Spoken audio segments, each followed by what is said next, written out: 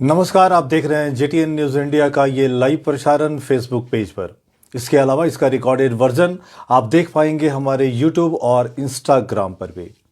आज हम जिन 3 मुद्दों पर बात करेंगे उसमें है कि झारखंड सरकार में पुरानी पेंशन स्कीम का लाभ उठाने के लिए सरकार ने क्या करने के निर्देश दिए हैं, आखिर लोअर कोर्ट के जो जज है वो जमानत देने से क्यों हिचकिचाते हैं या डरते हैं, और तीसरा मुद्दा है कि क्या बिहार में सत्ता बदलते ही हिचकोने खाने लगी है विकास की योजनाएं। लेकिन इन पर बात करने से पहले बात करते हैं 3 खास और जरूरी खबरों की। सबसे पहले ट्विटर, मेटा और अमेजॉन के बाद अब जोमेटो ने भी अपने कर्मचारियों को निकाल कर बाहर करना शुरू कर दिया है। हेमंत सरकार ने ओबीसी आरक्षण का प्रतिशत 27 कर दिया है, यानी कि अब राज्य में कुल 77% आरक्षण लागू है।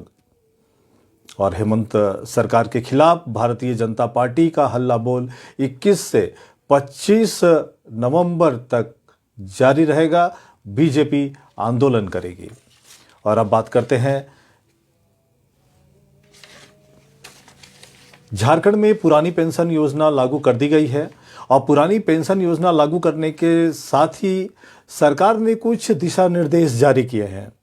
बहुत सारे ऐसे कर्मचारी संगठन थे जिन्होंने पुरानी पेंशन को लागू करने की मांग हेमंत सोरेन सरकार से की थी।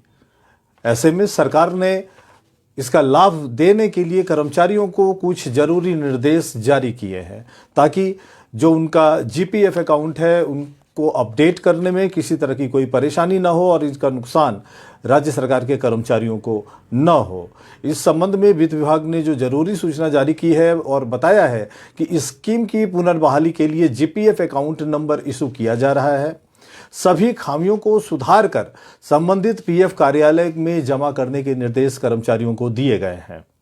झारखंड सरकार के जो कर्मचारी हैं उन्हें जो PRAN प्रोफाइल है उसको अपडेट करके फाइनल एप्लीकेशन सबमिट करने को कहा गया है।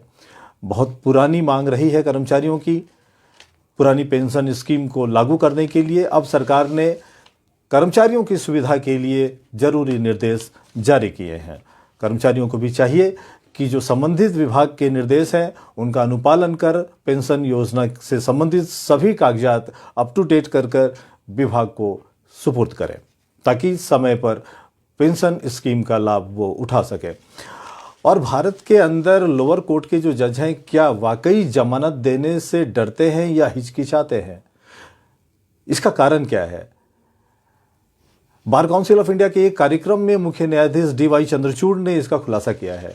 DY चंद्रचूड़ ने कुछ बिंदुओं पर ध्यान आकृष्ट किया है। DY चंद्रचूड़ ने कहा है कि लोअर कोर्ट में जमानत देने से जो जज हिचकिचाते हैं उसके पीछे जघन्य अपराधियों का जो हिस्ट्री सीट है वो काम करता है, जो उनका ट्रैक रिकॉर्ड है वो काम करता है। जघन्य अपराध के मामले में हमला होने के डर से जज जमानत देने से हिचकिचाते हैं।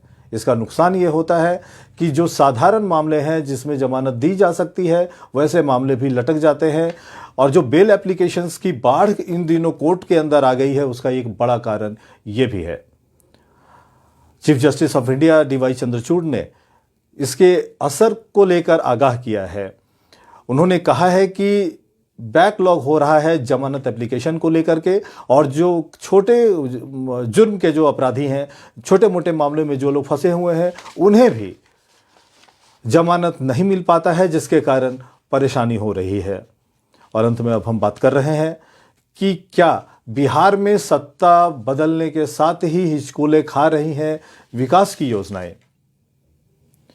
आपको याद होगा जनता दल यूनाइटेड के नेतृत्व में RJD और कांग्रेस की सरकार बनी है। भारतीय जनता पार्टी का दामन छोड़कर नीतीश कुमार ने बिहार में सत्ता परिवर्तन किया और अब हालत यह है कि कुछ मंत्री शिकायत करने लगे हैं कि केंद्र से मिलने वाली मदद अब उन्हें समय पर नहीं मिल पा रही है।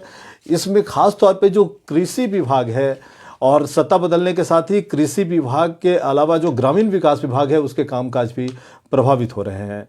अमूमन 2 से 3 महीने में केंद्र सरकार इन योजनाओं को मंजूरी दिया करती थी, लेकिन अब 8 महीने हो गए हैं और बहुत सारी योजनाएं सरकार की मंजूर नहीं हो रही हैं।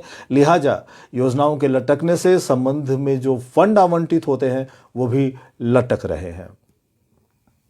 आज के लाइव कार्यक्रम में बस इतना ही। आप इसी का रिकॉर्डेड वर्जन देख सकते हैं हमारे यूट्यूब और इंस्टाग्राम पर भी। नमस्कार, जोहार।